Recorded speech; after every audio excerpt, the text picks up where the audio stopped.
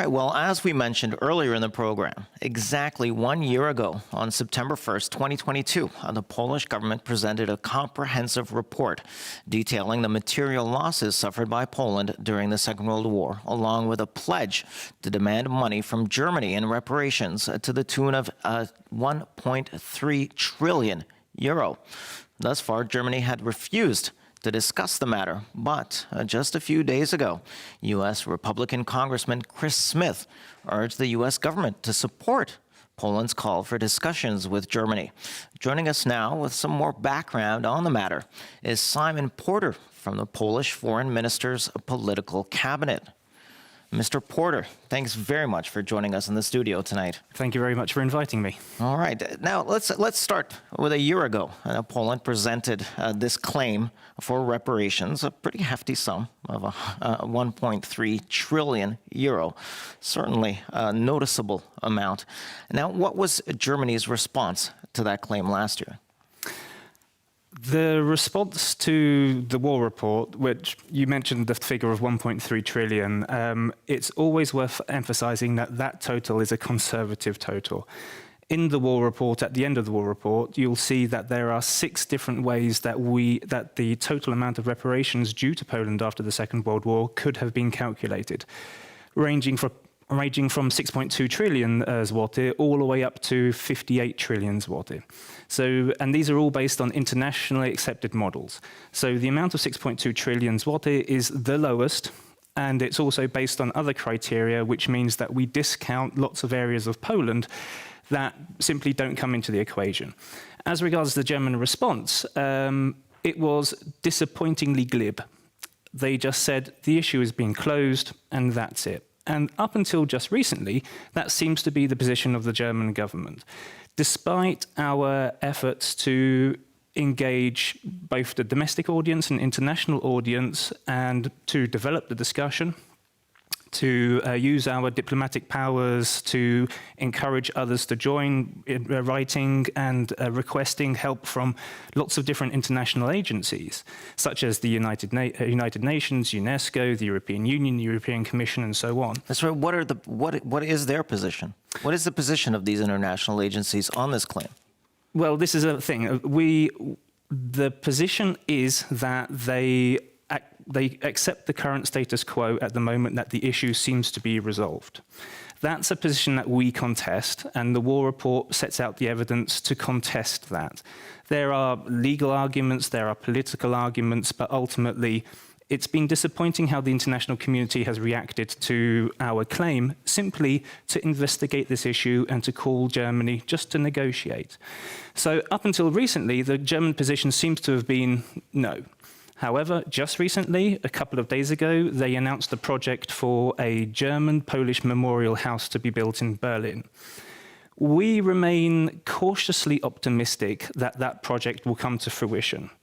First of all, back in 2017, the German government suggested that there should be a memorial built to the Polish victims of the Second World War. Nothing happened for about 6 years, well, up until just a few days ago. And then all of a sudden, we were presented with this project for a German-Polish memorial house. Now, as I say... Might this have something to do with the request made by the senator?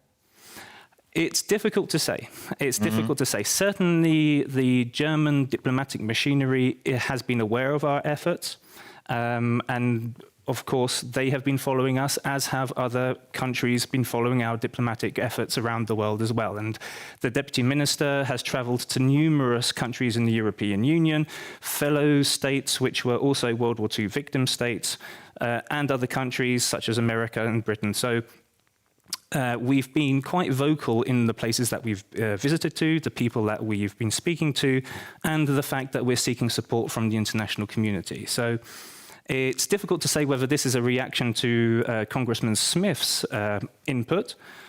We remain cautiously optimistic that the project will go ahead, but it can only go ahead on the basis that this must be an equal project based on an equal partnership between Poland and Germany.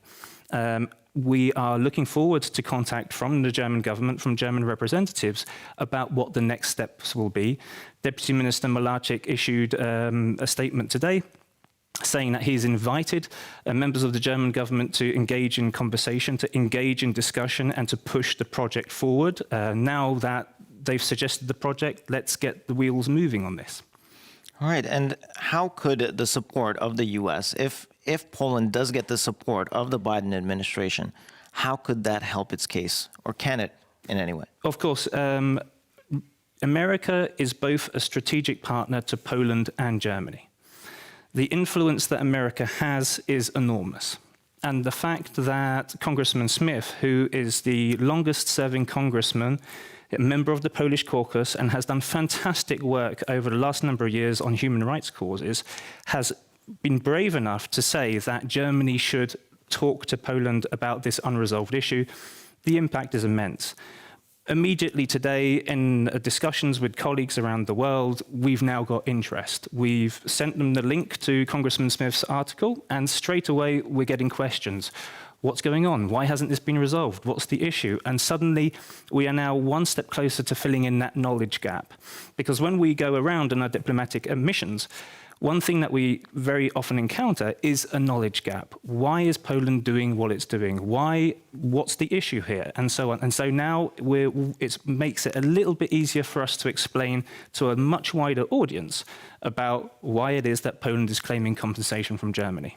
That's right. And Germany says that it paid the compensation. But who did it really pay the compensation to? And how much was it? Okay, so in the Potsdam Agreement in 1945, which is an agreement which was signed without let's say, the Polish government in exile at that time in London did not agree to a lot of the precepts of the Potsdam Agreement. It was let's say, the early stages of the Soviet puppet Polish government at that time, which then worked with the Big Three to agree the process for the Potsdam Agreement. So in the Potsdam Agreement, the Soviet Union said that they would pay Poland reparations out of the amount that they were allocated. So Poland never directly received reparations from Germany. That's right. And we could imagine that we could imagine that USSR didn't really pass too much of that money on to the Polish state. Indeed. The Soviet Union then went through a process of robbing Poland of its core materials, and in response, Poland was sent copies of Lenin, copies of Marx. So that was the reparations that we received from Russia. Exactly. All right, well, we'll end it there. Hopefully, this support from the United States will help in Poland's cause. And thank you very much for taking the time to talk to us today, sir. Thank you very much for inviting me. Thank you.